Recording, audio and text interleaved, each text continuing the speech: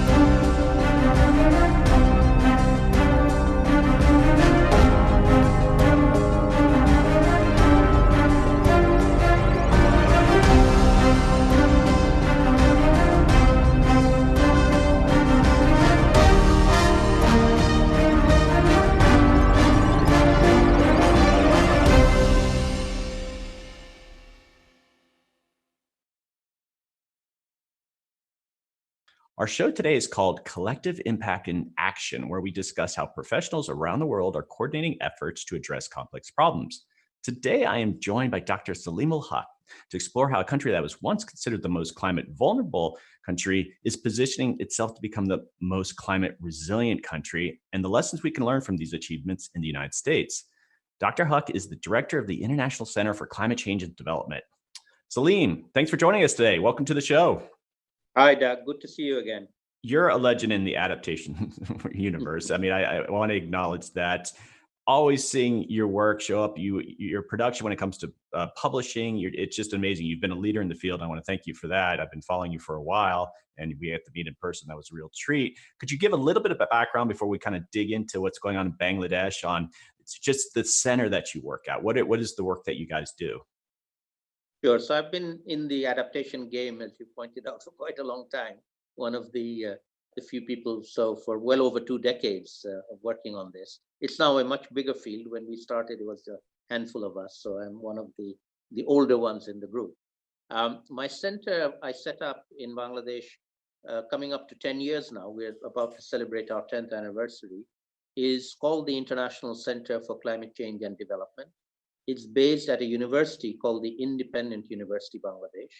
And we run a master's program in climate change and development, where we have been getting international students coming now from Africa and from Asia, and not just Bangladeshi students. It's a one-year master's. It's a top master's without the dissertation element in it.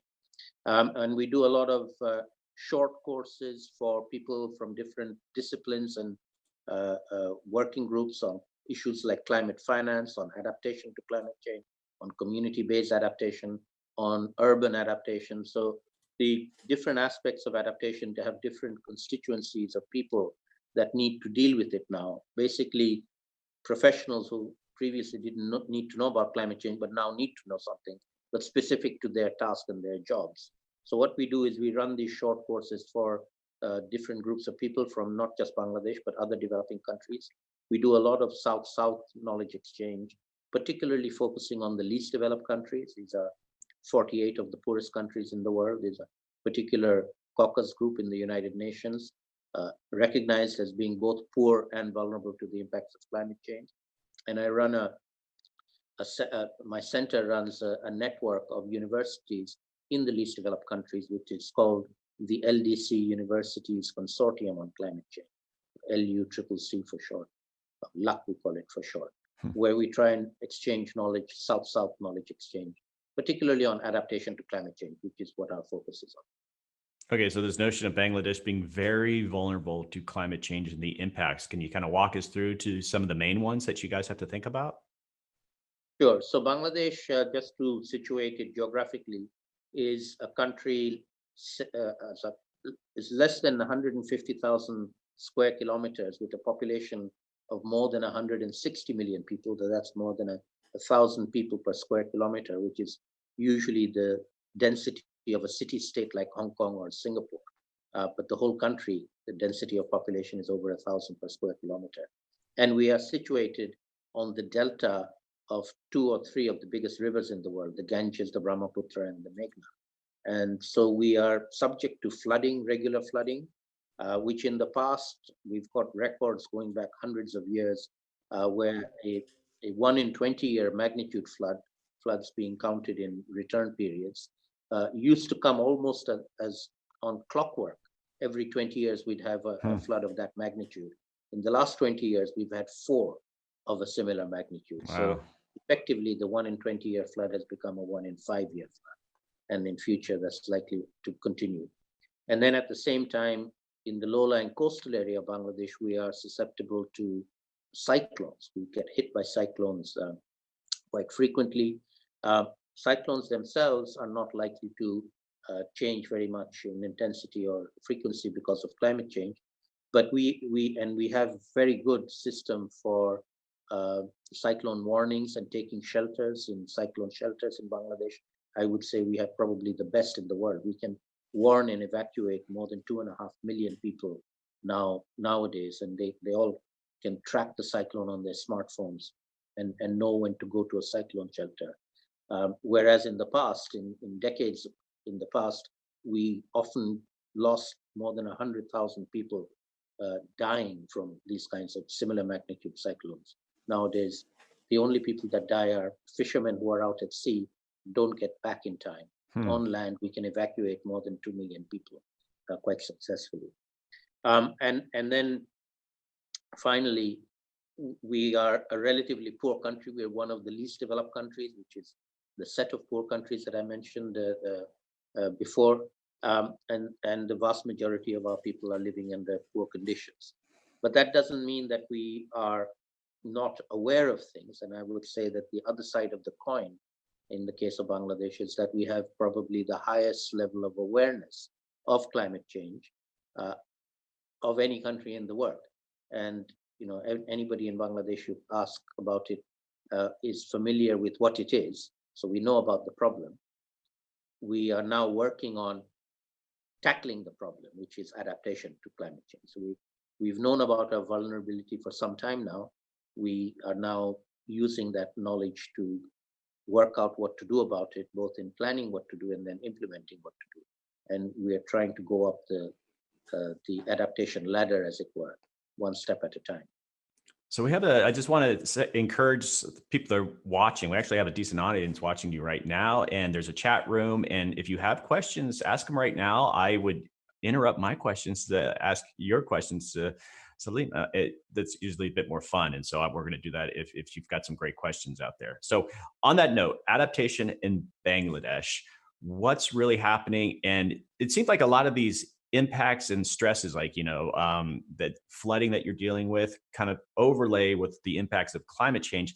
Has Bangladesh really made the pivot to sort of say, this is all about adaptation to climate change now? Or do you keep those as sort of separate ways of dealing with these disasters?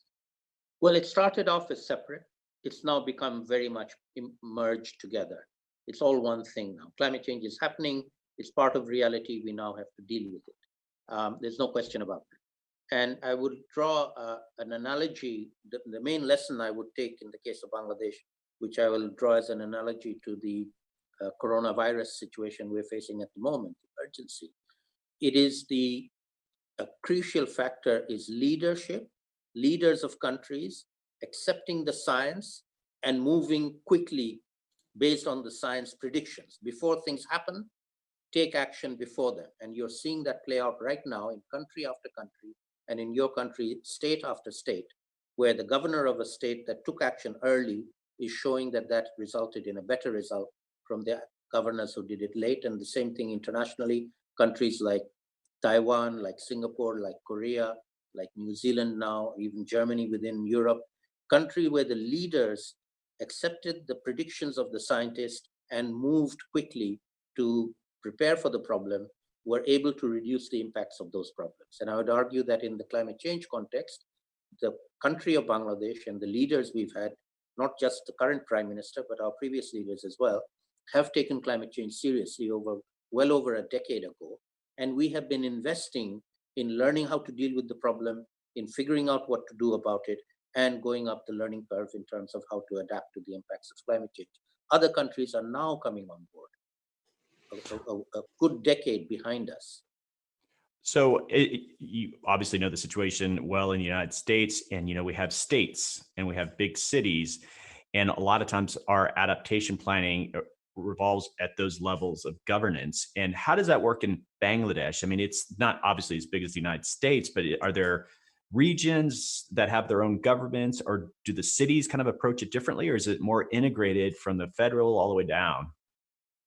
So Bangladesh governance system is a unitary government. We don't have provinces or the equivalent of your states. So it's the central government, and then there's very local government. The towns have mayors and they have their own administration. Smaller villages are very localized units of administration. But most of the power lies at the center. And in terms of size, I believe Bangladesh is the equivalent of the state of Wisconsin in the United States. So we are in geographical terms a tiny part of the US geography, but we are in population terms 160 million, which is well over half the population of the United States living in that one area. So just to give you a sense of proportion there. But having said that, what I would say is that we have both the central government being very aware of the problem and taking actions, and allowing devolved responsibility at the local level, particularly in the towns, the mayors and municipal authorities of the towns. And we do a lot of work at the township level with these towns. Not the biggest city, Dhaka. Dhaka city is the biggest or fastest growing mega city in the world. It's a wicked problem, Dhaka. It's very, very complicated. It's not easy to work here. But the smaller towns, it is possible to take actions to reduce the impacts of climate change, and to ensure that the population can adapt to the impacts of climate change. And I guess, and when it comes to communicating adaptation, even climate change, your system is probably just much better, because as you say, if you have a governor of a state who's just a climate denier, which is kind of a radical thing, you think in 2020, that's where you don't get that implementation, because you don't have that sort of integration across the government. And so, yeah, it seems like your system's in regards to adaptation planning more effective. Well, the indicator I would use to measure is the awareness of the population about the problem and the acceptance of the problem. So The scientists are telling us what the problem is. We can see what we see today, floods, cyclones, these are all familiar to us. They're saying it's going to get worse. We believe them. And we don't have any deniers in Bangladesh. If you're welcome to send your climate change deniers here to see what climate change is really like. And I can assure you they'll see it in reality here. And we see that. We've seen that for the last 10 years. We know there's no question there. The question then is, what do we do about it? What can we do about it? And what are we going to do about it? And we are well up that ladder. And in terms of the shift from understanding the vulnerability of a place, a country or a town or a state in your case, and figuring out what to do about it are two different kinds of science. The first science is analyzing what the problem is likely to be, which parts are most vulnerable, what kinds of impacts are going to happen, floods, cyclones, droughts, whatever. And then what we are going to do about it becomes about who's going to do what. And then you disaggregate the actions depending on what the governor has to do, what the states have to do, what the health workers and medical professionals have to do, what the private sector has to do. It depends on who you are as to what you need to be doing. And that's where in Bangladesh, we are going up a very steep learning curve in almost everybody, including kids in school, learning what they have to do about the problem, not just about the problem anymore, because we know about the problem. It's about what we need to do to deal with the problem. And that's what adaptation is, as opposed to just simply studying the vulnerability or impacts of climate change. Okay. Adaptation is a learning by doing science, if you like. And we are in the process of doing and learning at the same time. All right, you just touched upon it. I got a question from Fatima, but how can the youth be part of the climate change challenge in Bangladesh? And you just sort of alluded to it there. You're educating them, but how are you seeing them step up on this?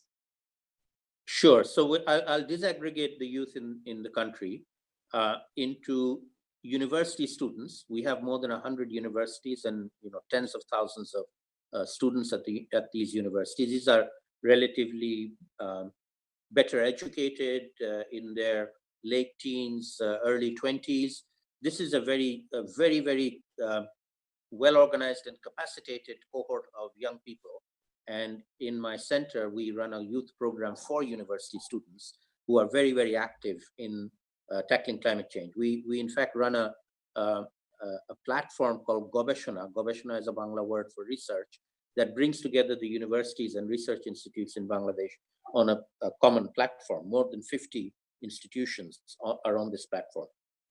And under that, we have a youth program for university students. So our first target group are the university students who are now quite well organized.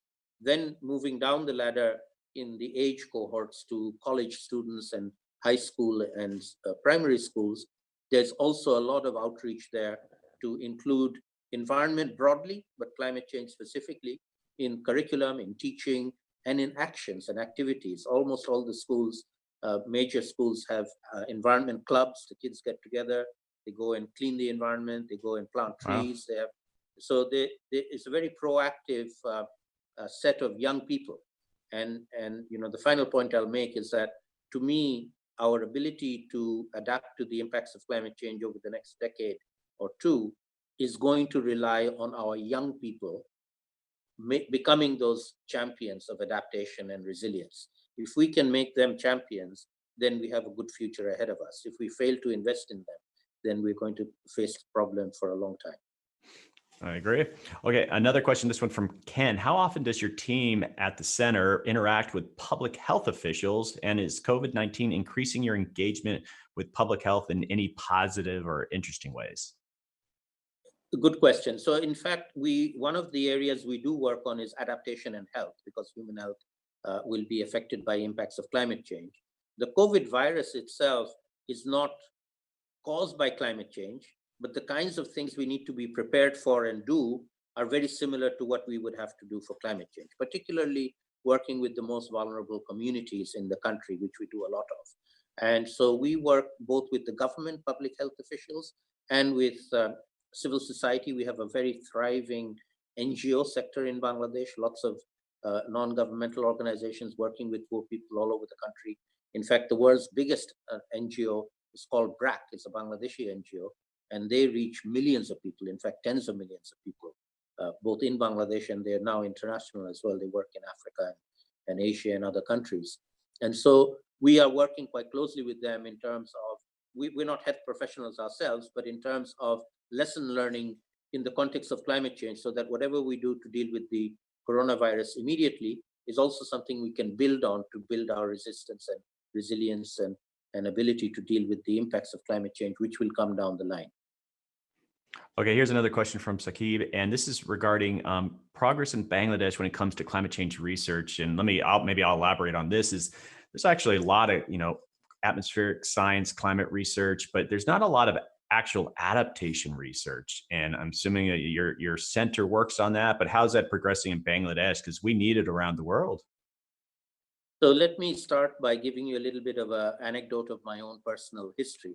I used to be based in the UK, in London, at an international research institute called the International Institute for Environment and Development, IIED. I'm still associated with them, but I moved back to Bangladesh to set up this new center. It's called the International Center for Climate Change and Development, which is a joint venture between IIED in the UK and the Independent University of Bangladesh, where we are based.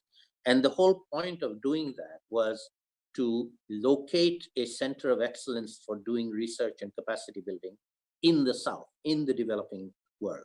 Right now, if you look at all the highest bodies of learning, the Harvards and MITs and Oxfords, these are all in the North.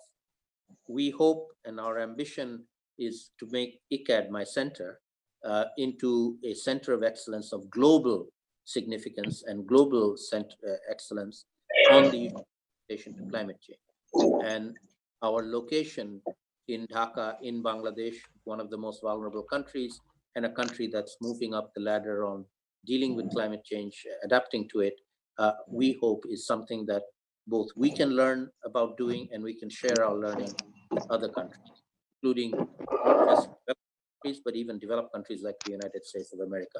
I think there's much to learn in the US from our efforts in Bangladesh.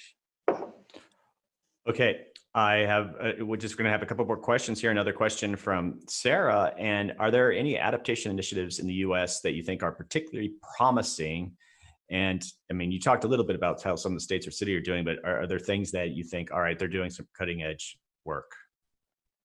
Absolutely. So I think, in recent years, there's been quite a lot of surgence of adaptation activity at very local levels in the United States, at city level and at state level. So cities like Miami, like New York are developing their climate change strategies, adaptation to climate change strategies, and certain states are also looking at how to do those. And we are in touch with a number of these efforts in the US. And one of the programs that I run is a visiting researcher program. I regularly get university students, master's students from Columbia University, from MIT, and other universities in the United States who come and spend some time in Bangladesh to do their research. They're studying Bangladesh, but they're also learning from Bangladesh about adaptation to climate change. And then they can go back to their own country and their own state and city and get involved in adaptation activities there. So in a sense, we are building capacity in the United States right now. Are there any particular resources or tools that you would recommend if people want to learn more about what Bangladesh are doing, that they could even apply, it's Europe or North America? What would you recommend to them? So I would recommend looking at our website and our materials and the Gobeshona.net website that I mentioned to learn about what we are doing in Bangladesh. But more than that, I would also recommend people getting in touch. I said, already collaborate with quite a few people working in the adaptation field in the developed countries, in Asia, in Africa, and Europe and United States. We'd be very happy to engage with anybody else who hasn't heard of us or hasn't been in touch with us already. We do quite a lot of outreach. We are now quite active on social media, on Facebook and on Twitter, sharing what we're doing and learning. We'd be very happy to continue with you in the Cimpatico adaptation program that you're developing, hopefully reaching a bigger audience in the United States as well. So we are very willing and able to engage with whoever wants to engage with us on adaptation. We'd like to learn from them, and we'd be happy to share what we are doing with them. I know you got a big Twitter following, and occasionally through my podcast account, I'll tweet at you. It's been a while because, I know you've got a nice big following. I do. All right. This has been fantastic. I think we've chatted with you about you coming on a regular basis and sharing. We can really dig down into specific projects and other topics. And I want to pick your brain more about the international adaptation scene too. I think there's a lot that people can learn from there. Thanks again for coming on. My pleasure.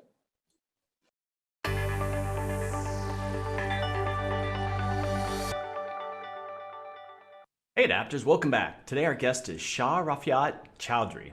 Shah is an award-winning environmentalist and social entrepreneur.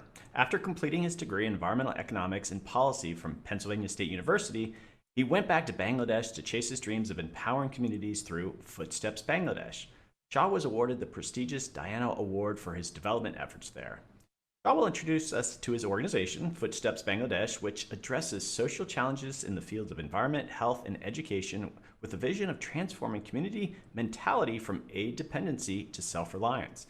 Shah and I will further discuss design thinking on problem analysis, community approach, trust building, and empowering with skill and knowledge. Hey Shah, welcome to the show. Hi Doug, how's it going? Thank you for having me over here. No, I'm looking for this conversation. It sounds like this is amazing organization that you've started there, and let's just jump right into it. You're in Bangladesh, but you were at Penn State, but you went back to Bangladesh, and maybe you could tell us a little bit about that story. But tell us all about Footsteps Bangladesh. All right, so the story of Footsteps began when I was in high school, actually. So it was basically me along with 5 of my friends who started it back in 2013 when we were in grade 11. And when we started it, it was what we wanted to do was basically help people out who were struggling with their own problems, such as climate adaptation, poverty, etc. So when our first event was a winter charity drive where we distributed clothes and medical aid among the people who were suffering from the winter. But when we went up to the north of the country where it gets the coldest, we understood that just by providing aid, you're not actually solving the problem. Rather, you're actually contributing more to the problem because you're making them more aid dependent. So that got us thinking, and we started working on community development focused projects, basically. So we started designing social ventures that would use the solutions to empower the communities in a way so that they don't have to depend on donor interventions further on. And I think that's where Penn State comes in for me, because at one point I wanted to learn how the first world worked. So I can do that if I go and stay at a place for just 1 month or 2 months. So I decided to pursue my education at Penn State, where I was gonna be able to stay for 3 to 4 years and actually learn how the first a country like America worked. So that was actually one of the main reasons why I went to Penn State. And over there, it was a tremendous learning opportunity for me because I studied on environmental economics and policy. But although that's my degree, when I was at Penn State, I tried to study anything and everything that I thought would help me back when I returned back to the country. So I was done in 3.5 years. And with the knowledge, I came back home back in December 2018. And ever since, I've been pursuing full-time with Footsteps Bangladesh. So just to say, when we started working on the community development projects, we focused on one specific problem. And that was in 2015. We started a project called Trishna. So Trishna means thirst in Bengali. And the mission of Trishna was to ensure safe water as a basic right for all people in Bangladesh. And when we started in 2015, it was mainly to use corporate social responsibility to set up safe water systems in public spaces and stuff. And we focused mainly on that project for 4 years because we actually wanted to properly learn about that problem and solve and have a sustainable solution for it. So in 4 years, we learned that the main problem with safe water access was not the availability of water, because in a country like Bangladesh, you actually have over 2,000 millimeters of rainfall. The main problem is on how you harness the water and the mentality that you have towards the water. It's there was a huge lack of awareness on the need for safe water access. because when you look at a glass of water, you kind of take it for granted. You don't know like what are the particles that goes inside the water that you drink, right? So we started working on building this knowledge among communities and building value for safe water. And by building that value, once the community realized about the importance of safe water, we then taught them on how to maintain the systems that we set up in their communities. So what happened was, when we first started with the project, we brought in the water system with the funding from like a private donor or like a corporation, right? But in 1 to 2 years' time, the responsibility for maintenance, both technical and financial responsibilities, are slowly shifted towards the community themselves. So after 2 years, the community doesn't have to depend on any more donor interventions. And the most interesting part about this is they can actually replicate the same model for other problems that they face. For example, food security, then disaster resilience, etc. So right now, Trishna turned 5 this year, but by the end of last year, we started expanding towards other projects as well. So as we mentioned before, we work in the health, environment, and education sector. So safe water access is one of them through Project Trishna. We also have another program called Disaster Resilience Program, where we help build resilient communities by training them and preparing them for disasters that are to come, so that they don't have to depend on donors to come and help them out. And we are also working on creating Bangladesh's first vaccine, cold chain vaccine inoculation chain, so that once COVID-19 vaccines or pre-existing vaccines come in, we are going to be able to distribute it to the last mile communities. So yeah, that's kind of the main work that we're doing right now. We're working in 15 districts across Bangladesh, impacting over, not only impacting, but empowering over 100,000 people with our projects right now. Yeah. Okay, that's really ambitious. And I want to think the timeline here. So 2015 is when you really first started this project, but in between you went to Penn State to go to school. So were you still kind of leading this work back in Bangladesh as you were getting your degree? Oh, yeah. So there's an interesting story for this as well. So I actually loaded up on credits so that I could graduate early. So I used to take around 20, 24 credits each semester. So classes used to last till 5 p.m. And then I used to go to the library. This was during the weekdays. I used to go to the library, finish up on homework till 8 p.m., 9 p.m. And from 9 p.m. till 3 a.m., 4 a.m., I used to be in the library and work on Footsteps back home. Wow. So I think this was a bit lucky on my side. So I got this SIM card called Leica Mobile, where I was allowed to make calls to Bangladesh for free, unlimited. So I completely utilized that, and I used to make business calls every night. And night in the States, in Pennsylvania, was basically afternoon during in Dhaka or in Bangladesh. So that's how my 3.5 years played out. It was basically all day classes and stuff, university stuff, and all night it was Footsteps. And I used to also come back every summer and winter breaks, so that I could be physically present for the projects that we were doing over here. Yeah. Wow. Okay. Well, that is an amazing schedule. I'm sure many people couldn't even come close to what you accomplished there. Well, and so the work that you're doing with Footsteps Bangladesh, it's an official nonprofit organization, though, right? It's when did that happen? When did you had this idea and you're working on it, and then the transition to actually becoming an organization? Because when you're working with donors and you're working with the community, there's obviously value to sort of saying, hey, we're for real, we're this real organization. How did that unfold? So we actually got registered in 2013. We initially got registered as a consultancy, and then we registered as a trust. We are also registered as a 501c3 in the US. So we have both a Bangladesh wing and a US wing right now. So it was a step-by-step process. And at first it was a bit overwhelming, because as a 17-year-old, we didn't know where to go for registration and stuff. But we had some guidance from certain people who helped us achieve these feats. And I just want to share one thing. When we were going out for registration, I only had around $40 in my pocket. So I was going from friend to friend, asking if they could let me borrow money so that I could get my organization registered. And it's funny because a lot of my friends didn't even come up for it. But it was actually a friend's mom who heard about me starting an organization, reached out, and then she gave me around around $400. And then she was like, use this to get your organization like registration and everything established. So it's certain people that comes into your lives that actually play a big role in what you do. Like whatever we were able to achieve, it was because of like, a lot of people, and it's the people who make the difference. It's not just one person. It's like a collective that comes together to make that difference for us. And that's basically Footsteps for You. All right, so you're growing, you're working with more people, but when you first interact with a community that first time, explain that process, because a lot of it is trust building, and the fact that you might have a reputation helps, but when you're interacting now with the new community, how did that unfold? So Project Trishna has two types of stories, two beginning stories actually.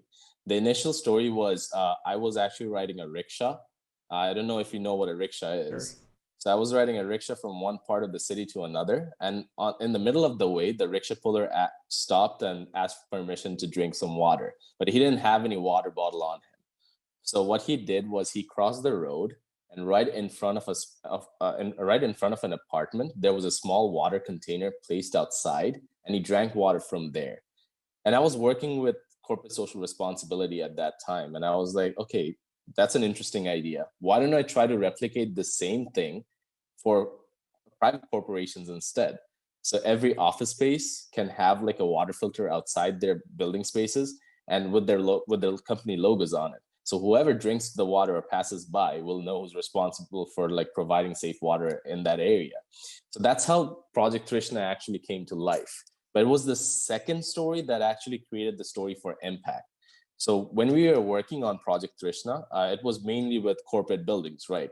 But these corporate buildings were situated in urban areas that were kind of well off. So we start questioning ourselves that, are we actually making an impact? So I started searching for communities like where like Project Trishna can have like a real impact. And at that time, a primary school teacher reached out to me. And he called me around like 9 p.m. at night, which was a very weird time.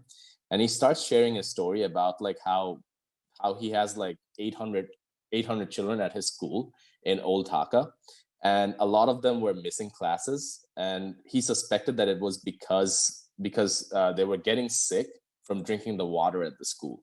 So I went to visit the school 2 days later, and when I went over there and like checked the water fountain from where they were drinking the water from, like the water tap, you could see with your eyes that the iron was visible in the water. So I put my fingers in the tap, and a bunch of rust just fell on my finger. And then what I did, I took this story and shared it with one of my current partners at that time, and she got so moved, she gave me funding for 5 schools right then and there. Wow. And that's how we started working with primary schools over there. So what we did was we went in. So first it was the person who contacted us for the intervention. But then what we did is like we wanted to find more sites like this. So we sent in teams to just go in and learn stories of these different communities. Like not go in with a solution, but just go in to learn about these communities themselves. Like, go and have a cup of tea with like the community members, ask how everything's going on. And when you start making friends with these people, they start sharing certain stories with you. Like, okay, this is a problem that we've been facing in our community. This is the solution that we want to have. And it's interesting because a lot of these communities, they don't actually want others to come in. They actually have their own opinions of a solution as well. So that gave us the idea, okay, why don't we try to empower their solutions instead over there and try to mix our solution with theirs and then make like a super solution in that way. So it's like a community empowered solution because it's acceptable as well as like effective, because the community also believes in that solution. And that's how the trust building process plays a huge role in like whatever we do, because the communities are very involved in the solution that we make. It's not just our solution, but it's a combined solution. Okay, well, I was going to ask about aid dependency and then, this shift to being self-reliant. And that almost seems like a good example of how they're able to do that, because that's a big part of your approach, is because you don't want people to be long-term dependents on aid, right? Exactly. So what we do is like, I'll give you an example from Project Trishna itself. Suppose we set up a water system in a school. Okay, we first gathered the fund from like CSR from a company for like 2 years for like setting up and for maintenance, and we take the 2 years time to like for trust building processes, etc. So once we go in, once we set up the system, the people, the benefactors who are drinking the water immediately start to notice the difference in the water that they're taking in compared to the ones that they used to take before. And that is the perfect time when we go in and start conducting our awareness sessions as well. We conduct workshops to show them like what is actually inside a glass of clear water and what would happen if you drank those substances that are in those water, like the different types of waterborne diseases that can happen. So they start connecting, all right, with their own life experiences. Like, okay, this is what has happened to me, and this might have happened from drinking the water from my place over here. So I think the problem is with my water over here. And once they drink the water from the Trishna systems, they realize the difference between pure water, like drinking quality water, and contaminated water. So right now, since they have the value established, they're like, okay, we want to sustain the Trishna solution. How do we do it? Then we go in, we teach them on how to technically maintain the water filters, as well as how to financially maintain them. Financial maintenance comes in two types of process. One would be like crowdfunding, where like a fund is gathered by the community members or by the institution members, like the school management committee, where they take a portion of their budget and commit it towards safe water access, or like the community business people, or like they can come together and create a fund. If they still face a problem with raising funds in very poor communities, what we do is we set up an alternate business source. Like, for example, in an area they might not have money, but this is what we did in one school, but they have a lot of garbage. So what we did was we created a recycling scheme where the trash was segregated and sold to recycling partners, from where the money that came in was not only used to maintain the Trishna systems, but also for the development of the school itself. So we're connecting one solution with another as well, as a part of a business idea to sustain Trishna in that way.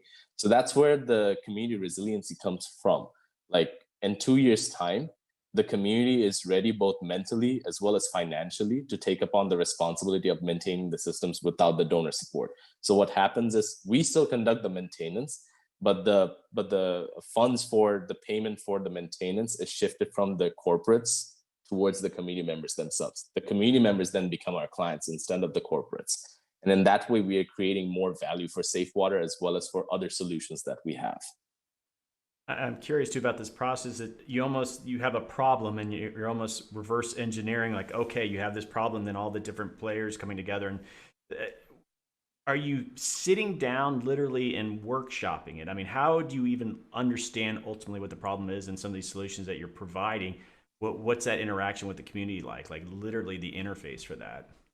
So we have certain devices which are able to take out like some of the contaminants from the water. So I'm pretty sure you're familiar with the process of electrolysis, right? Sure. So if you take a electrolysis machine and then put it in a water that has iron in it, then it will take out the iron from the water, and you can see like a murky solution over there. So it's like perceiving with the eye. When the people see that a glass of clear water turned into murky water just with the power of a device, then they realize that what they're drinking over there. So we are creating that visual value as well, the visual difference over there. And then when we go in, when we show them the difference in one of the main themes for the difference in like water quality is taste and odor.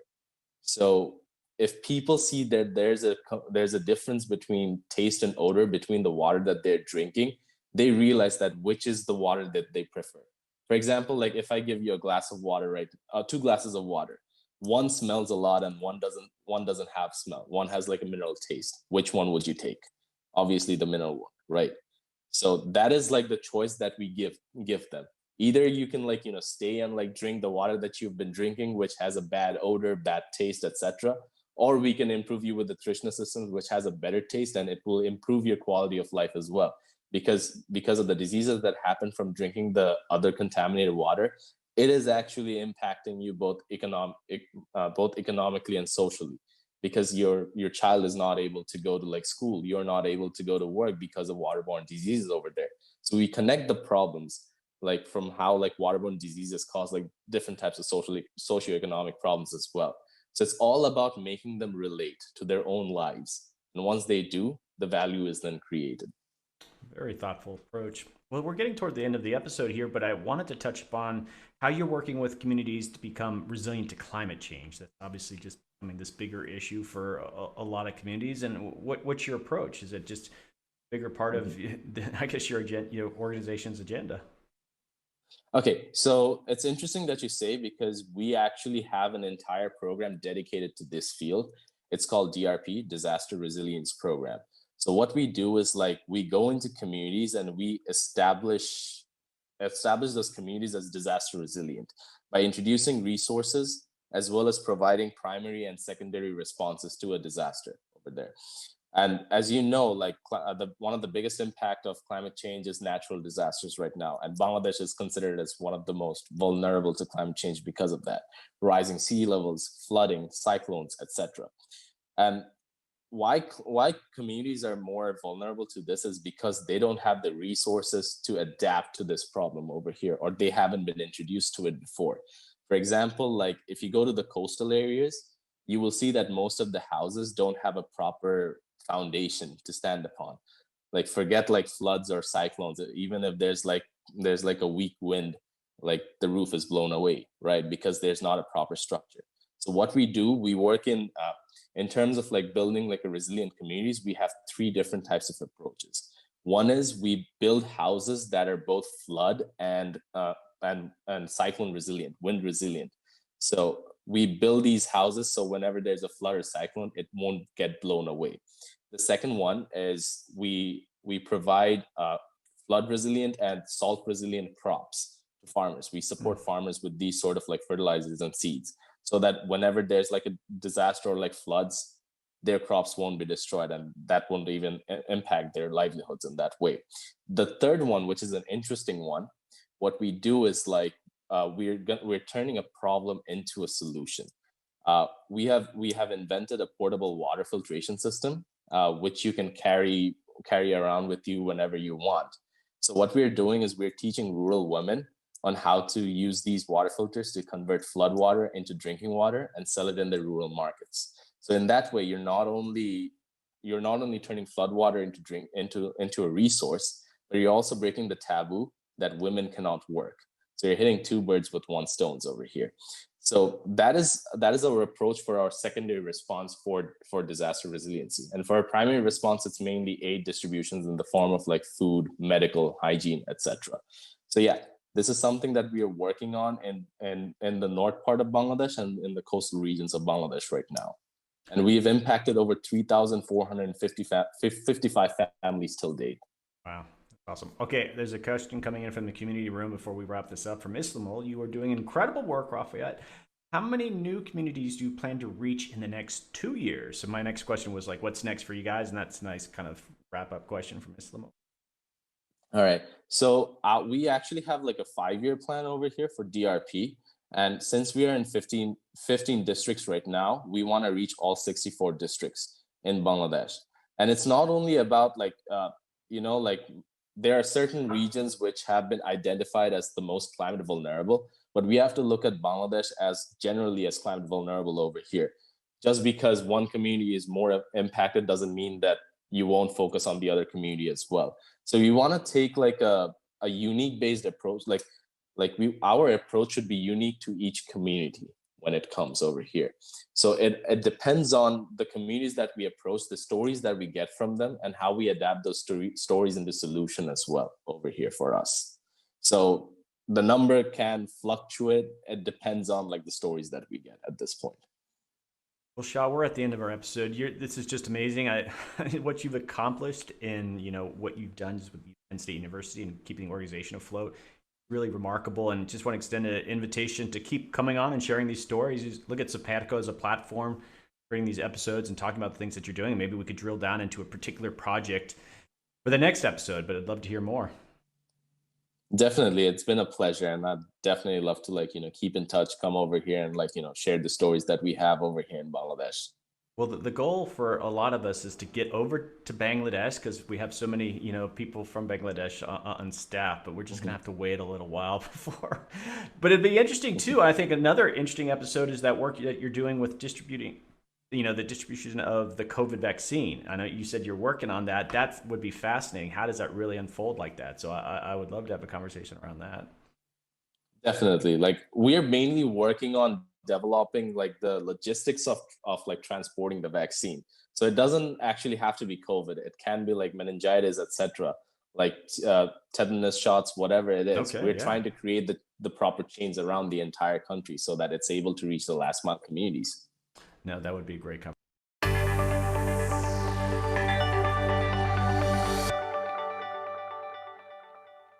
Today, Hasib joins me to discuss how Bangladesh is integrated nature-based solutions into their development, planning to better adapt to climate change while simultaneously addressing a variety of other societal challenges.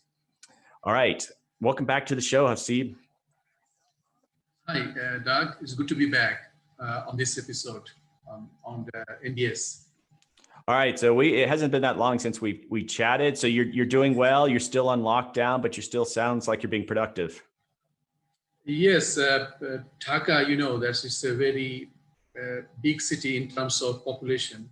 I'm based in there, but in Bangladesh, we are also experiencing increase of corona cases are being identified in recent days. The more you test, the more possibility of getting cases. And although initially it was quite low, but the number is increasing quite rapidly. But officially, everything is locked down. For the last 3 weeks, I am in my home, trying to study and taking online classes and talking with you, Well, yeah, I wish you well and stay safe there. But fortunately, we can have these conversations just remotely. And let's take a step back. And for those who didn't see last week's episodes, can you tell us what nature-based solutions are? Yeah, sure.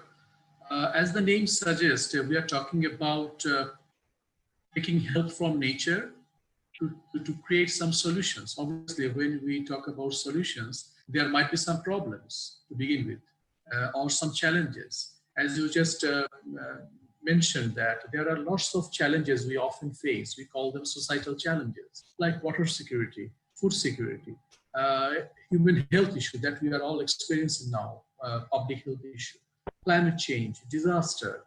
We want people to get economically developed. So all those challenges can be, to certain level, can be solved by using nature-based solution. So what is nature-based solution? What is nature in this term? In fact, nature-based solution it was coined not that long ago. It actually brings together different concepts under the same umbrella. And it talks about taking certain actions like protecting the ecosystem. It could be forest, it could be wetland, it could be coast, it could be marine area, and conserve it in some cases. Some cases you need not only to protect, you need to manage it sustainably. And sometimes if it gets degraded, it gets destroyed by human intervention, you need to restore it. So by protecting, by restoring, by managing ecosystem, once you try to address all those societal challenges like food insecurity, climate change, disaster, you create those solutions. And those solutions not only help you to overcome those challenges, but also help you to conserve biodiversity and enhance human well-being. You can live the life you want to. If you are in a resource-poor country, you can use those resources very, very efficiently. That's in a nutshell, that is called nature-based solution. Okay, is this a relatively new concept to Bangladesh? No, not really. The term is new, the framing is new, but the element we are talking about, it is not new. It is not new in the world even. For example, we always protect our coastal forests, like Sundarban, we talked about it. which is the largest single stretch mangrove in the world. But we also built new mangrove areas on our coast, along the coast. And we have been doing it since 60s. We call it green belt. We all do it. But in fact, this is also part of nature-based solution, because you are using the newly created forest to protect your people, protect infrastructure, protect the assets from tidal surge, from cyclone. So you see that the concept, the term might be new, but the element, the activity is not new. We have been doing it. Let me go beyond coast in the wetland area. We often engage people who are living around around a particular freshwater wetland, so that they can harvest the fisheries, so that they can use the swamp forest, freshwater swamp forest, sustainably. It is also part of nature-based solution. But we never mentioned nature-based. We didn't mention it since because we have been practicing it since 90s. But we are now, in recent years, we are bringing all those activities, all those interventions together under one umbrella. And it has been recognized by UNFCCC, United Nations Framework Convention on Climate Change, just in 2018, very strongly. And when 2000, of course, it has been postponed. Nature-based solution has become one of the key issues, one of the major discussion point, even in the COP, forthcoming COP, which was supposed to be held in November 2020, but it has been delayed due to Corona crisis. What are some of the agencies, and when it comes to restoration, when it comes to nature-based solutions, who's really taking a leading role? Are the cities? Is the federal government? I mean, you have a forestry department, you have all these environmental departments. Who's really kind of leading the charge, and are they well funded to do these things? Actually, there are lots of organizations, but you actually mentioned all those names which are more relevant ones. In case of, say, in Bangladesh or any other countries, Ministry of Environment, sometimes it is brought together with forest, with climate change. They are actually the lead agency, taking care of all the funding, all the programming. But it has got some sector-wise agency who are actually working on specifically a particular area. For example, in Bangladesh, if I give an example, when we talk about coastal afforestation or any kind of big afforestation program, of course, it belongs to, or it is led by Bangladesh Forest Department. On the other hand, when we talk about, say, ecologically critical areas, like the one I just mentioned, a particular wetland, for example, often it is led by the Department of Environment because it is under their jurisdiction. But if we manage, if we conserve a water body which belongs to the Department of Fisheries, they also take part in nature-based solution or NBS activities. In terms of funding, well, often it is Bangladesh's own resources, I mean government funding. Sometimes we get loan from big banks like World Bank. At the moment, there are two big programs going on. One is led by Forest Department and one is led by the Department of Fisheries. These are quite big in terms of Bangladesh's capacity. The forestry program, it is $175 million, the biggest ever in Bangladesh, only for 5 years. And interestingly, USAID has been one of the long-term partner of Bangladesh, because it has been supporting Bangladesh since early 90s, actually, for the last 3 decades almost. And it is working in the forest area, supporting in the forest area, it is supporting in the wetland area, it is supporting on the coast. So you see that different agencies are involved, different funding channels are also involved to channel funding. I'm curious, in the United States, agriculture is a major area that they consider, I guess, nature-based or conservation. practices. And so people typically think, oh, you're going to plant a tree or you're going to maintain a forest or something. But even a working landscape around agriculture, some people in the US would argue that, okay, that's like a nature-based solution because there's so much issues of, cities growing and suburbia and house developments that, hey, if you just maintain the working agricultural land, that's more of a natural solution. Is that the case in Bangladesh? I think not many people might be expecting that version of nature-based solution, because I also got involved with other agencies. When we talk about a production system, they always ask what ecosystem services actually these agricultural land actually is providing, because it is artificial. Often we talk about nature-based solution not in artificial ecosystem, rather modified ecosystem, natural and modified rather than artificial one.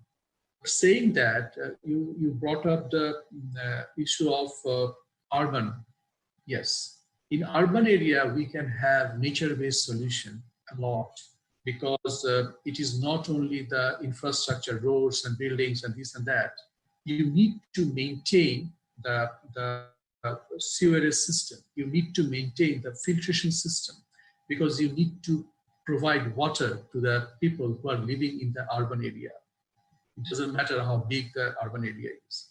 So to save them from waterlogging, to ensure the water supply, there are lots of wide range of nature-based solutions that you can actually implement. For example, to keep the buildings cooler, you can create green spaces. You can create greenery to keep the heat down in the urban or city. But in Bangladesh, we often don't see agricultural land, because, of course, in Bangladesh it is quite different. Unlike in the USA, when you have miles after miles agricultural field. But in Bangladesh, it is quite fragmented. So our main focus is wetlands, coast, of sometimes the river, but forest area, the terrestrial land use, the better land use, land management, like having more forest, more green, restoring them, improving them, sustainably managing them, protecting them. These are the big nature-based solutions that we practice. I think it is true not only in Bangladesh, but also many part of this, many countries of this part of the world. All right, so I want to bring up a few of the planning things that are going on in Bangladesh. The Bangladesh Delta Plan of 2100, the Bangladesh Climate Change Strategy and Action Plan. Some of these big planning processes, are they doing a good job factoring in nature-based solutions? Yes, the first one you mentioned, it is the youngest plan. Of course, it is the youngest, but the longest, as you say, Bangladesh Delta Plan 2100. So for the first time, a few years back, Bangladesh, with the help of the Dutch agencies, it prepared a very long, after thorough analysis, a very long Delta Plan. It is a kind of although it is called plan, but it is basically a strategic document. And it talks about only ecosystem services and ecosystem-based activities. So as an environmentalist or as a conservationist, it is really encouraging to see that such a visionary document is appreciating nature-based approach. Maybe it is not specifically talking about nature-based solution, this term in BS, but everywhere it is talking about how to control flood, how to ensure water security, how to reduce the risks of climate change. They're talking about actually building upon the ecosystem services. The other document you mentioned, I'm personally, and Bangladesh as a whole, we are very proud of that document. It was first drafted in 2008. It is called Bangladesh Climate Change Strategy and Action Plan. What a big name. And it was, initially it was a 10-year plan, but now this year we're expecting that the second phase, the second 10-year will be starting. from this year. And over the last 11 years or so, yes, it has been a fantastic, I would say, because we often in a developing country like Bangladesh, we often just stop by preparing a plan. We often can't actually put money in it. But this is for the first time. That's why we are very proud of it. We not only planned it, but formulated the plan, we put money. We call it, there's a trust fund called Bangladesh Climate Change Trust Fund. And we have invested $400 million of our own money over the last 11 years or so. And that has become a kind of a guiding book of Bangladesh's climate change adaptation, mitigation, whatever the activity we have to take. Yes, in both in this document as well, I have just gone through it in numerous cases, because there are 44 different possible programs, and many, almost 50%, I would say,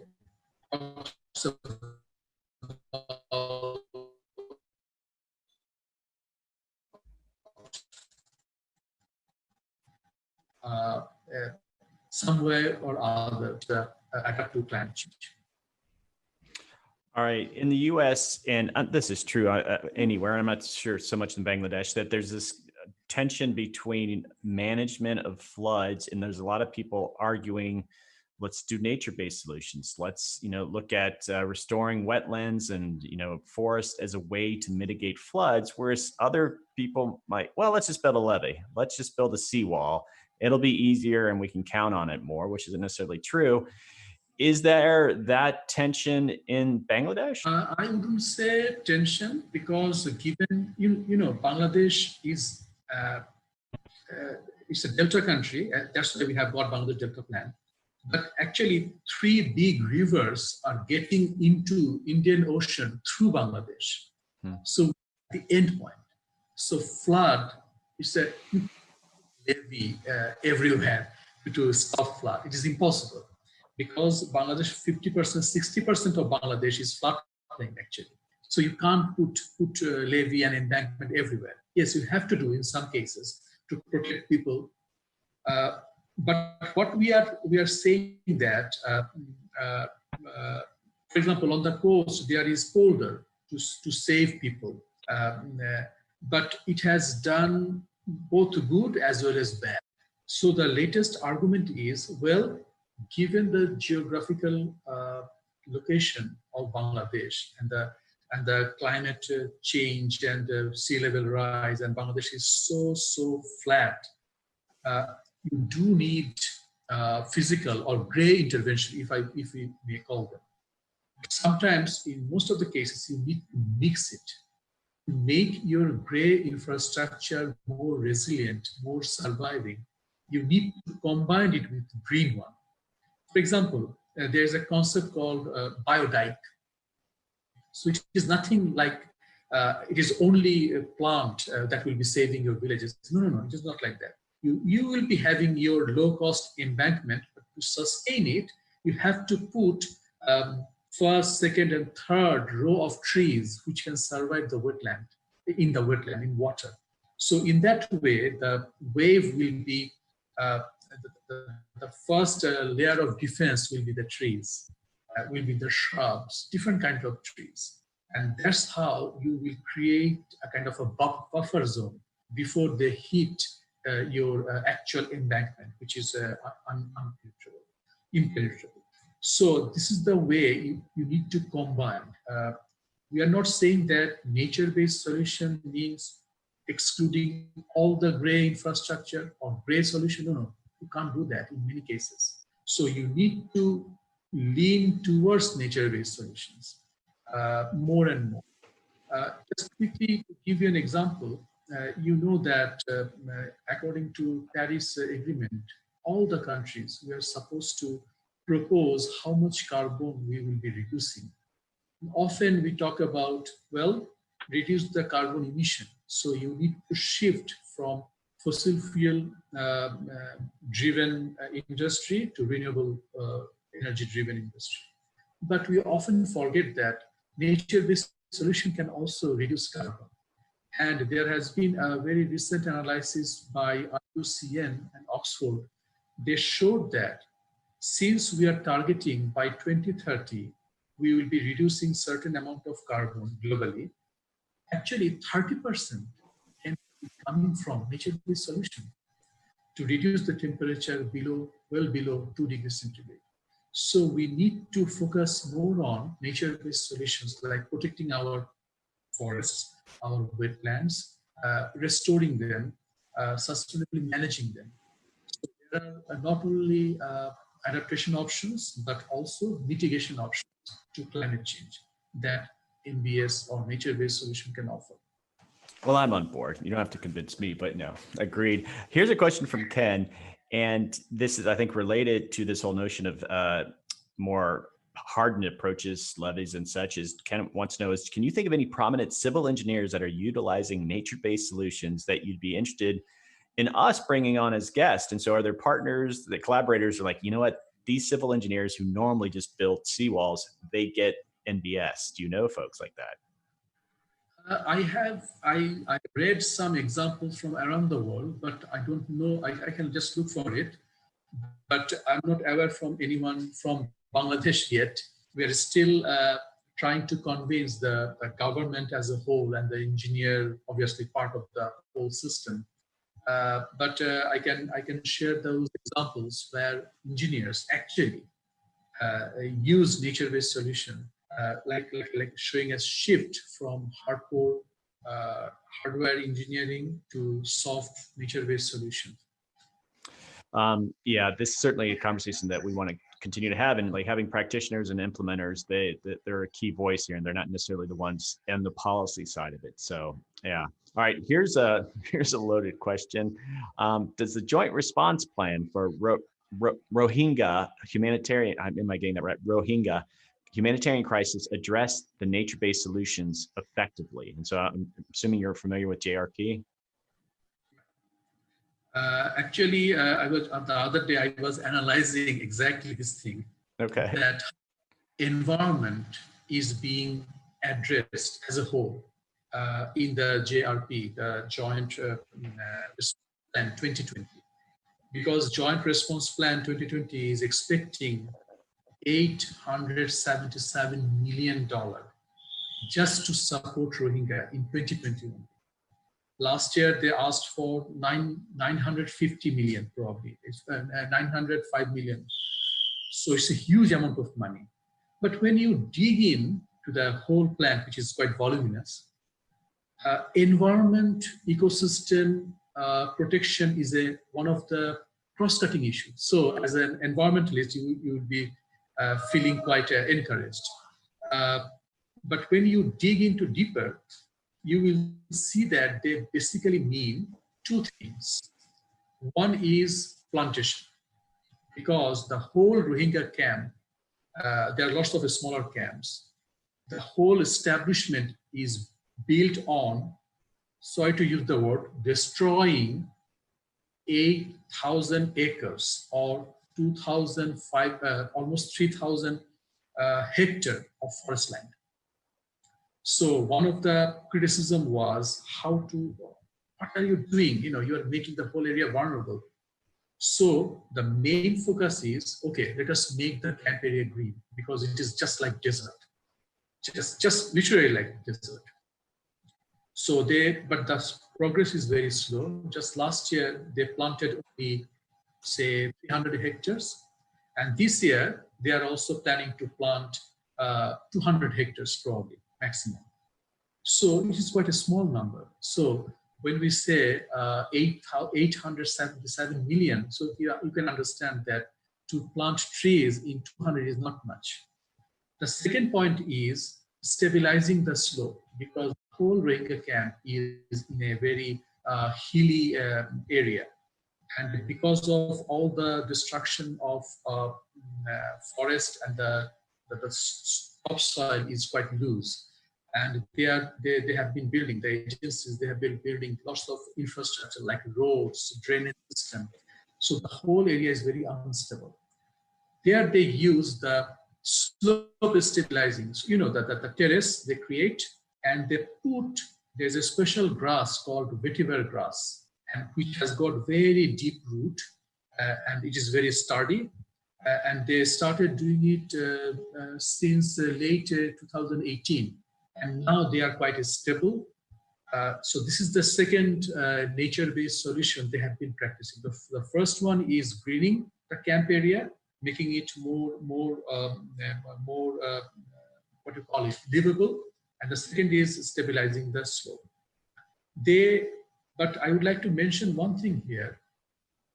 You know that the Rohingya people, there are at the moment the current figure is 860,000 people are living there. They have been agencies. They have been providing food, obviously dry food. So they need to cook their food.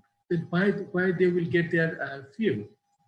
They have been depending upon the adjacent forest. It was a very big criticism, another criticism.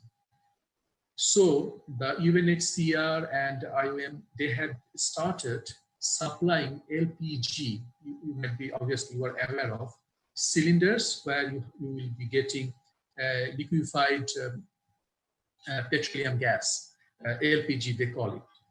And a recent study showed that 80% of Rohingya families, their use of firewood gone down by 80%. They used to burn 5 kilograms of firewood every day. Now they're burning, say, maybe 1 kilo. So it's a although it is not nature-based solution, but I thought that providing alternative resources, alternative energy sources can have a very good impact on the ecosystem which are adjacent to the Rohingya refugee camps. All right, I got a couple more questions here, and I got one more from Ken that's related to, and there are refugee settlements all over the world. Are there any coalitions of practitioners like you focused on nature-based solutions for refugee settlements, and in which agencies would be involved with that? Very interesting question, because early this year, I think it was in the first or second week of January, there was a meeting in the headquarters of UNHCR, where IUCN, the organization I used to work for, that's why I came to know and I got involved with the Rohingya refugee crisis, but not humanitarian way, but biodiversity conservation. That's a whole another story. And UNHCR and IUCN, these two organizations have joined together to work in Bangladesh as well as in Africa, in different refugee settlement areas, and try to incorporate biodiversity conservation, which all obviously brings in nature-based approaches. So IUCN and UNHCR, these are the organizations I can say for sure. And this coalition is becoming bigger and bigger. And you can have their update on their websites.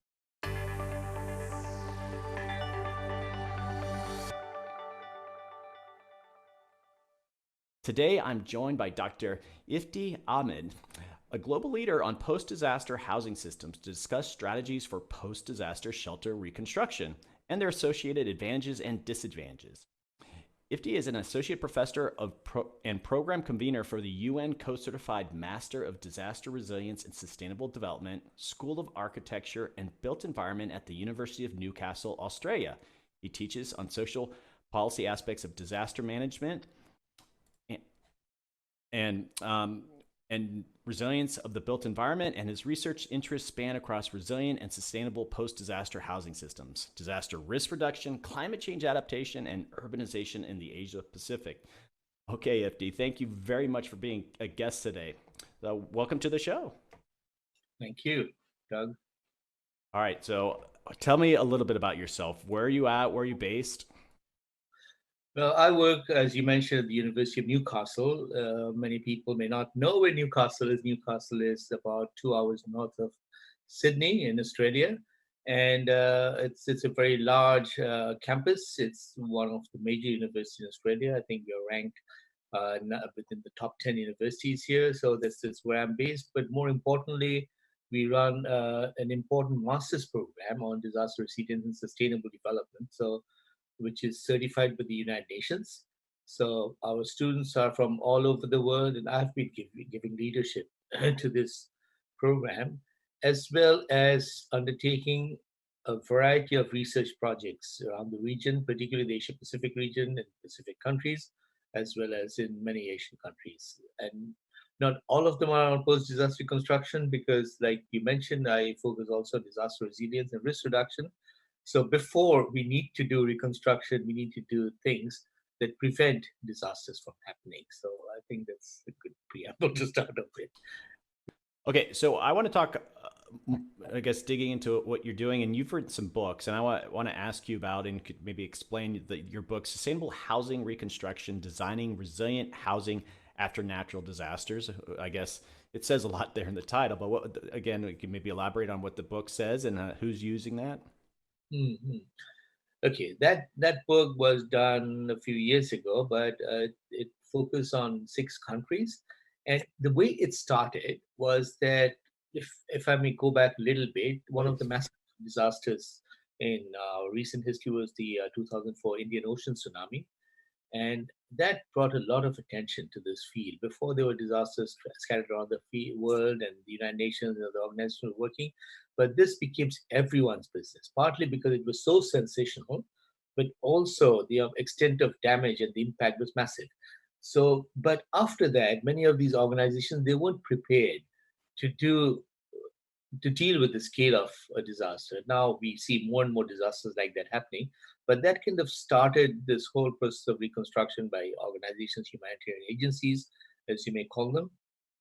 But they made many mistakes. They were unorganized, uncoordinated.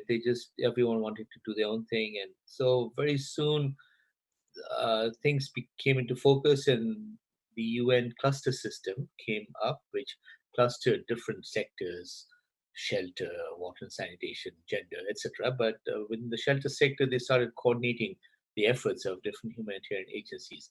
So this is the kind of area. So when I started with this book, what had happened is that he said, look, there's so much criticism of what really happened. But surely there must be good examples. Surely there must be examples that we can get good lessons for good practice, basically. So that is the idea. So we started trying to find out case studies where we could actually show a level of effectiveness, a level of success with their challenges, of course.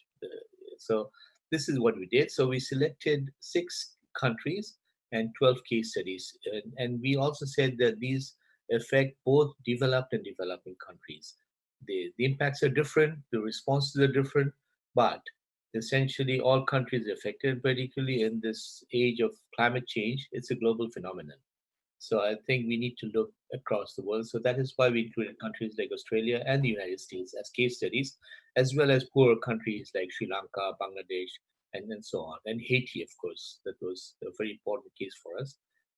Interestingly, just to go on the side a little bit, in Haiti, roughly the number of people who died in the 2010 earthquake, I'm not counting the storms that preceded or after that, was roughly in the range of 200,000. Mm-hmm. And the tsunami, the massive tsunami, if you count that also, that was slightly more than that, roughly in the range of maybe 300 or something, around that figure. So you see, that was a massive, massive disaster in a very small, localized area, not so global or not regional as the tsunami.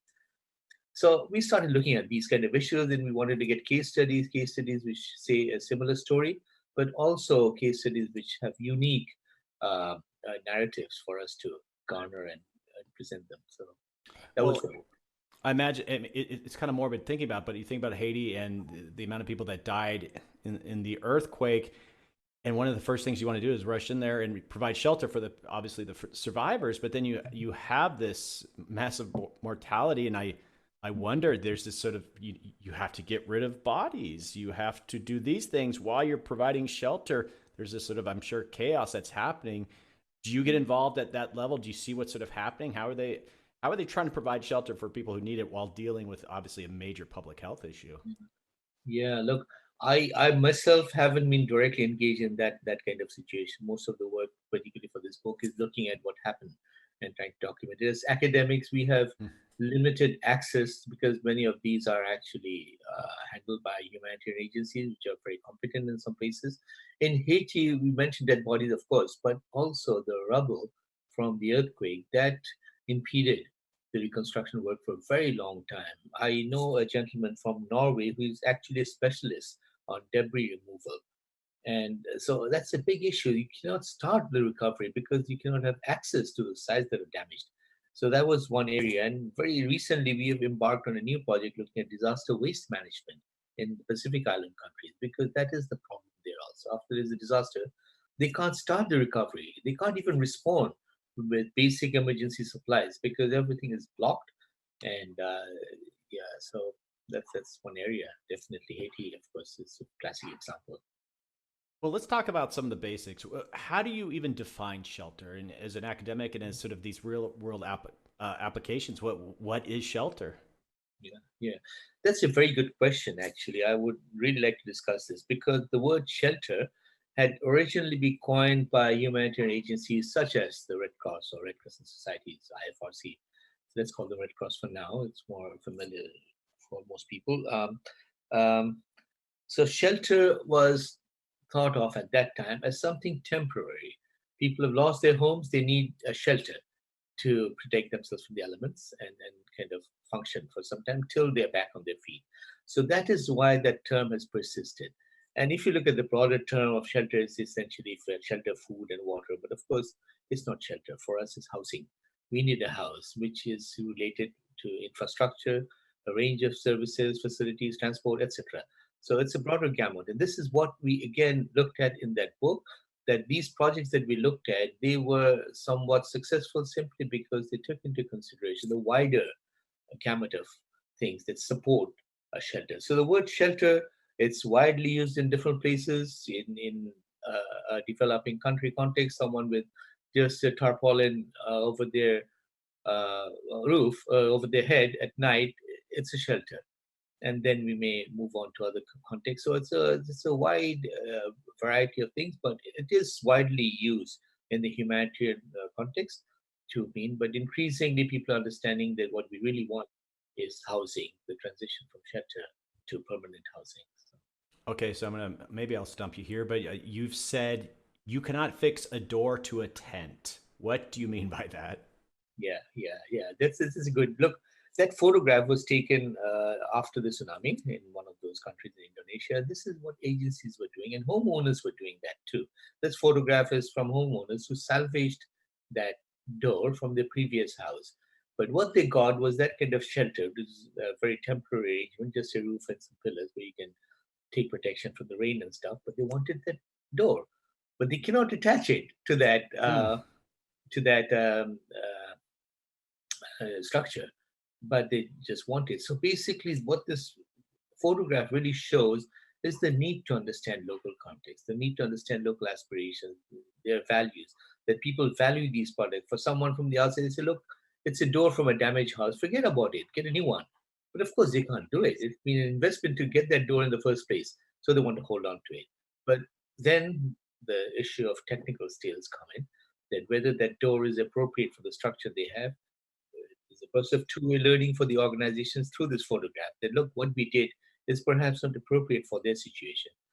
And vice versa, for those people on the ground, for them to realize that what we are doing is perhaps not compatible. We need to have a dialogue with these service providers. Well, I imagine just that quote itself lends itself to a lot of great conversations when you're giving presentations, because you're obviously covering a lot of ground and the point you're trying to make. Mm-hmm. Yeah. Well, okay, so let me just dig more into this. You've talked about 3 stages for post-disaster shelter. What are these stages? Okay, this is again very interesting because this is how agencies have approached the problem. They say after disaster, emergency shelter, which means tents and maybe some sort of basic stuff. Tents is the most common one. Let's stick with that. I can talk about tents in great detail because tents are actually not cost effective. They're produced in very industrialized processes. They are shipped, and shipping costs not only embodied energy costs, but also they end up in being very expensive once you transport a thing. So, but anyway, that was that first approach. Then over time, as things get organized, and like you mentioned, the rubble is removed and people, their healthcare needs are attended to and stuff, then you move to something which is transitional. Because it's very hard to build a permanent house. You have to get the right land, you have to consider relocating people and all that. So during the transitional time, uh, they stay in some sort of in between kind of shelter. And then finally, there's a permanent house, which was in the process of being built while we're staying in the transitional shelter. So this is the ideal scenario that agencies have been working with. But what has happened in reality is that those emergency tents, these are assets for people. They've never seen a tent in many of these countries. So they would hold on to it and to stay with it. And I've recently been to Vanuatu in the Pacific, where they had the cyclone Pam in 2016. I've still seen tents in the community. They've held it, kept it, they're using it. So that's the emergency. With the transitional, the same thing. These are assets, and people won't get rid of them. They just keep them. And in Haiti, because it took, for example, it took so much time to kickstart the reconstruction process, people were staying in these transitional shelters for many, many years. For example, I went there in 2013, 3 years after the earthquake, and there were all these settlements that had grown up. These were like shanty towns, informal informal settlements built from the transitional shelters. This will never go away.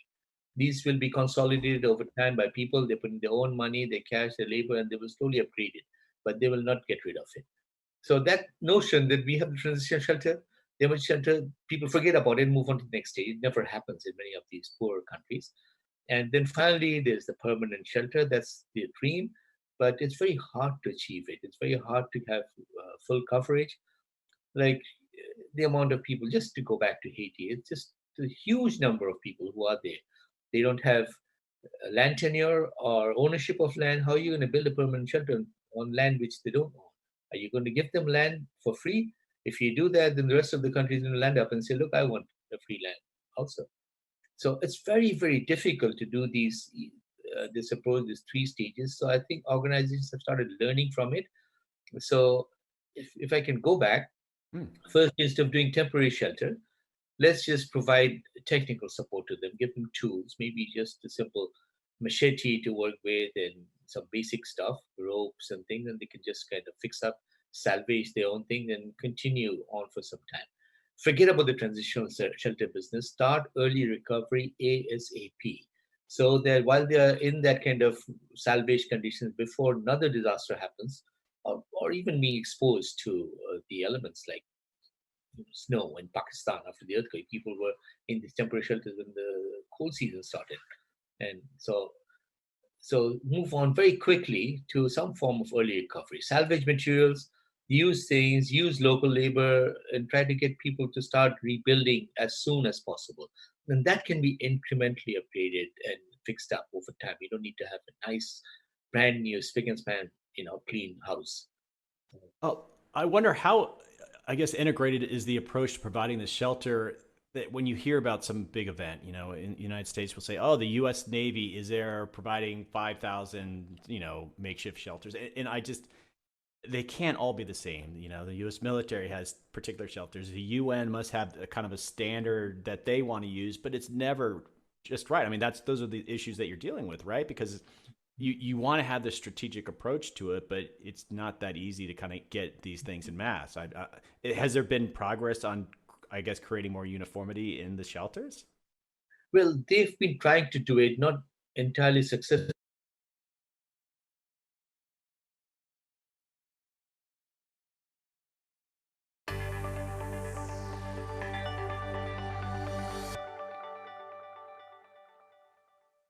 Today, I'm joined by Dr.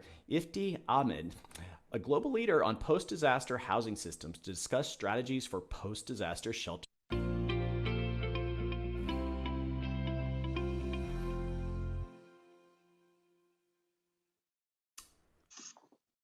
Hey Adapters, I'm Doug Parsons. Thanks for joining me for a pilot episode.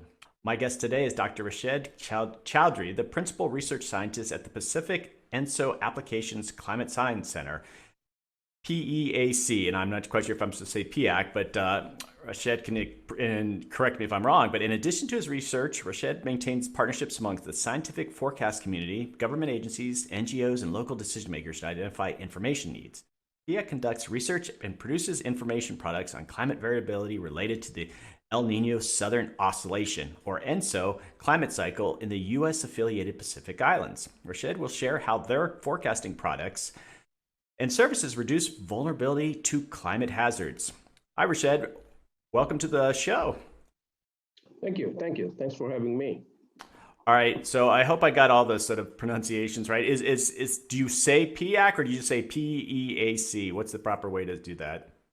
Great. You said PIAC is the right.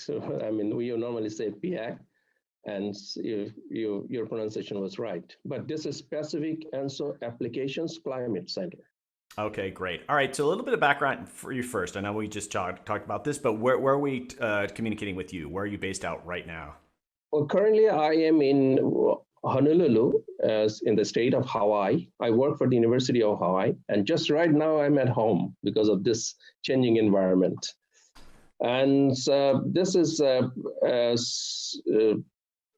this PIAC Center is located in this university. It is a research center or application research center of the Joint Institute for Marine and Atmospheric Research, which is situated under the administrative control of the School of Ocean Science and Technology, University of Hawaii.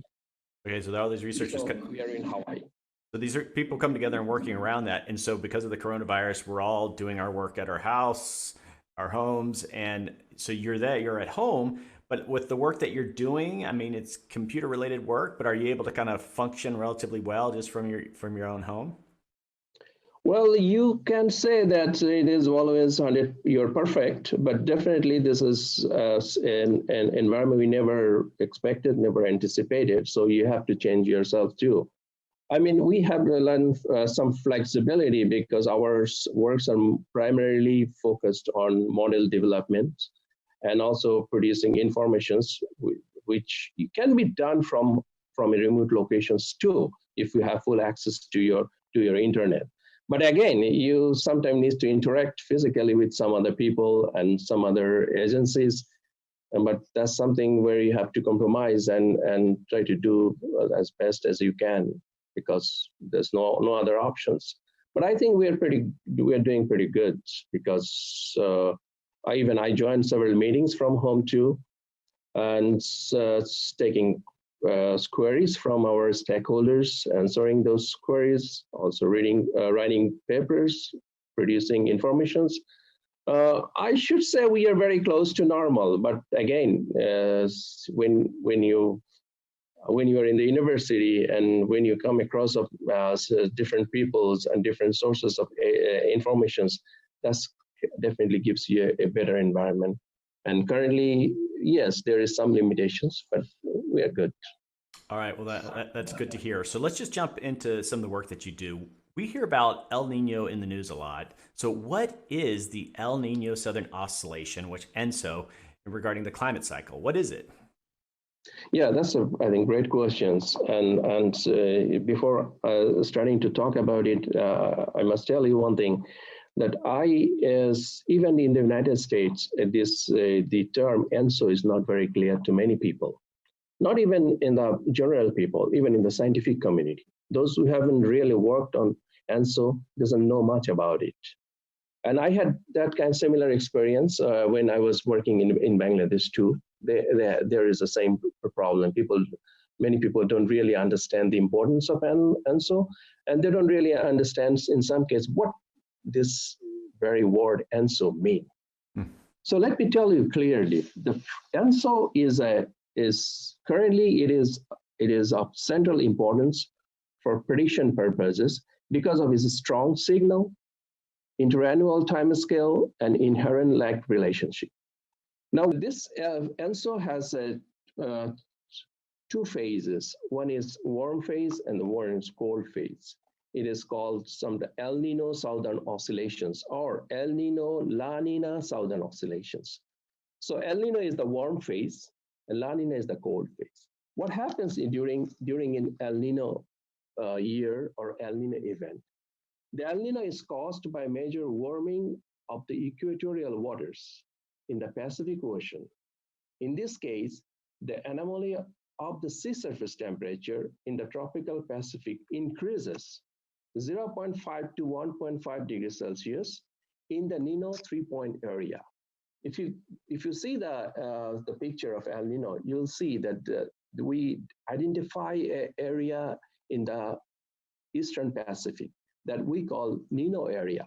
This Nino area is divided into three parts. One is Nino 3, other one is Nino 4, and the middle of this Nino 3 and 4 we call Nino 3.4 area. This is the definition prepared by NOAA, National Oceanic and Atmospheric organizations.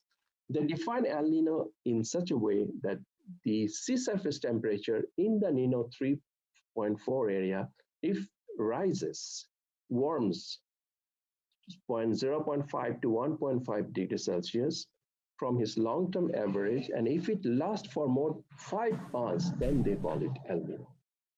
So in general words, that certain part of the ocean in the Eastern Pacific, which we define as Nino area, that area, for some reason, warming from its long-term average and ranging from 0.5 to 1.5 degrees Celsius, then we call El Nino. The opposite is true for La Nina. In that case, the same Nino 3.4 area cools down from its long-term average by minus 0.5 to 1.5 degrees Celsius.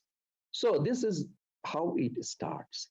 What does it mean, this kind of warming up and cooling down?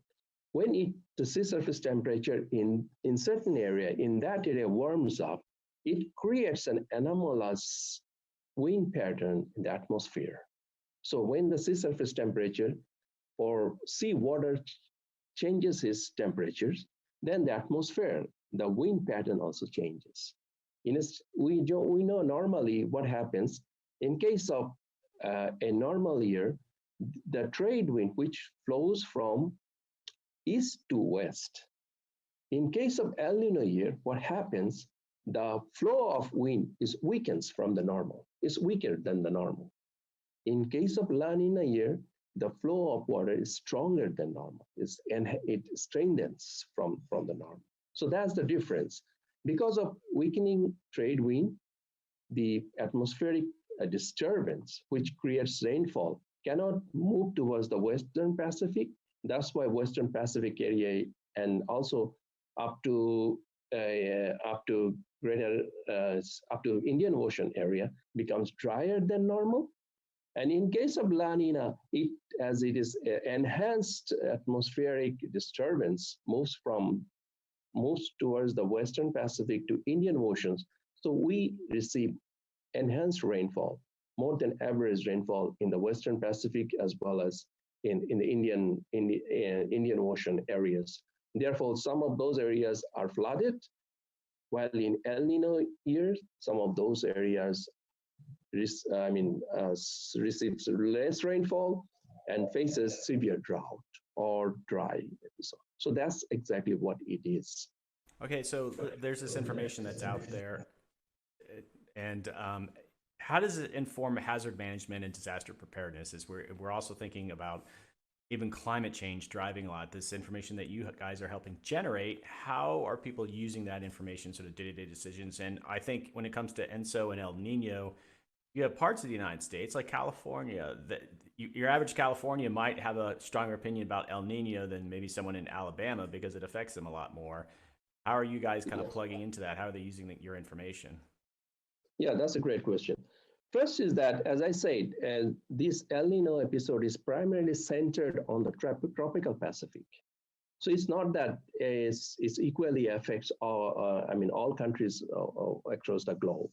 It primarily affects the countries, islands, regions in the Pacific Oceans. Starting from California, which is exposed to Pacific Oceans, Hawaii is Pacific Oceans, exposed to Pacific Ocean. If you move further to West Pacific. There are small islands, Guam, Saipan, Palau. There are Micronesian islands, uh, Marshall's Island. These are all affected by this movement of, by this ENSO episode. If you go further down to Indian Oceans, to Greater Ganges, Brahmaputra regions, those areas also affected by this ENSO. Australia also affected by this ENSO. During these areas are typically and directly influenced by this El Nino event. There are other areas in the Atlantic, say, although the California is severely affected by El Nino, but there are some other areas in the United States, too, especially plains and even Texas. Those areas also are partially or indirectly affected by ENSO. Now, how do we utilize this information for hazards management? That's the most critical thing. First is that there is, as I mentioned the very beginning, that we use ENSO because of its strong signal, inherent lag relationship, and interannual timescale variability, which means that we can anticipate, we can project ENSO well ahead of time. That means about 3 to 6 months or 9 months ahead of time. Really we can estimate the onset of ENSO about almost 9 months or even 1 year before it happens. But we can make a more or less a more I should say accurate and reasonable predictions 3 to 6 months before the onset of the event. So when you know about it, that means, for example, if we're going to face an El Nino event or an El Nino year, which means the areas, the ENSO sensitive, and I should say it like this, ENSO sensitive countries and regions will face drought. Part of the ENSO sensitive regions, for example, in the Western Pacific, but California is likely to face more rainfall during an El Nino year. And El Nino means dry for some regions, but wet for some other regions. That's how it works.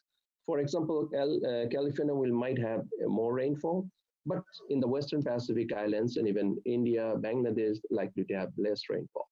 What does it mean? That means we know about 6 months before that these are the countries that might face drought, or that might experience or might receive lower than normal rainfall. Once we have that information, but this is a lot of information, because once we have it, you can guide the total management strategy of a country, especially disaster preparedness. And you can tell them you are going to have a drought this year, and they can prepare themselves how to address their drought scenario, how to handle their agricultural development, how to manage their even these kind of these like dengue, several diseases, waterborne, airborne diseases, also related to this kind of El Nino. So once we have this advanced information, we tell them, and they take precautions. They try to prepare their hazard management plan. And that's how it works. In the Pacific Islands, we do it. This is, as you mentioned, and I also would like to repeat that this is the dissemination of this information is a bit challenging. It's not very simple because, as I mentioned earlier in this talk, that there are many people, even in the United States, they do not even understand the ENSO mechanism very clearly and how does it impact to their life. So we can't expect that everyone in the rest of the world, especially in developing world, they know everything. So what you need need to educate that people, that stakeholders, that what does this information mean to them. And we do this. This is a classic example in the Pacific Islands. We have a monthly teleconference where we disseminate this information. Say, hey folks, you are going to have a dry season, or you might have even drought season, depending upon the strength of the El Nino. So you have to do this. You have to save your water because water is gold in the Pacific Islands. They only save rainwater and they drink that water. So it's a very different scenario. I know many people even can guess, can think about it. So we can recommend to save water. We can recommend to ration water. That's how it starts at the Pacific Island. The second stage is that for FEMA, we recommend some policy for FEMA that bring some food, bring some water from mainland to Pacific Islands because they are going to need that kind of thing. And also for this kind of diseases like dengue, malaria, cholera, that's also dependent on this kind of El Nino. So then we recommend that to try to go for vaccine or take precautions like that. That's some of the strategies. In case of La Nina, it's just the opposite. That means there is rising sea level, roads inundate, and they normally face cholera during that time. So we recommend that this is what you're going to have as inundation, severe inundation, more rainfall, flooding, and the other one is what is that? Erosions. So they take precautions how to protect their land, because in some of those islands, it's just the ocean and their house are just 1 to 2 feet above of the main sea level. So they need to be very careful and take care. So that's how we disseminate these informations. Okay, tell me a little bit about PIAC. What's the group doing? I guess when was it formed, and some of the I guess it's doing some of the work that you just described, but specifically, what's its role? Yeah, that's I think I always think that this is very important. The PIAC was started in 1994, and the reason was that during that time, the government of the Pacific Islands, they came to Hawaii and raised the issue that we need some customized climate product. GCM, the Global Circulation Model or General Circulations Model, the information that they provide is not really helping us for our hazard management plan. Why? Because those islands are very small. For example, one island is Majuro, the most vulnerable islands on Earth. That can you hear me? Yeah, you were kind of checking out a little there, but go on. Yeah, that island is only 8 square miles. So can you believe 8 square mile area? So in that case, what happens is that model GCMs produced by some of the great climate center in the world, including US, European Center for different European centers, different American centers like IRI, and those model resolutions are relatively coarse. Hey, everyone. I think we're wrapping it up there. What a treat. These are some of the conversations that we have on Cimpatico in Cimpatico Studios. Dr. Hook is not going to be joining us here at the end. He wanted me to wrap things up. And again, it's been a privilege for us here at Cimpatico to be part of what you're doing here at this conference. It's very important work. I want to encourage you to go check out Cimpatico, cimpatico.tv. I think there was a link in the chat. We interview people from all over the world. I know a lot of you are doing this sort of work. We'd love to have you on Cimpatico. Reach out, let us know what you do, and maybe we can arrange an interview. That's what we're trying to do here. That's what we're encouraging with Cimpatico. We want it to be a platform for collaboration. And on that note, I hope many of you are, it's very late. We appreciate you sticking around for what we're doing here. And I hope you have a great rest of your day. Thanks.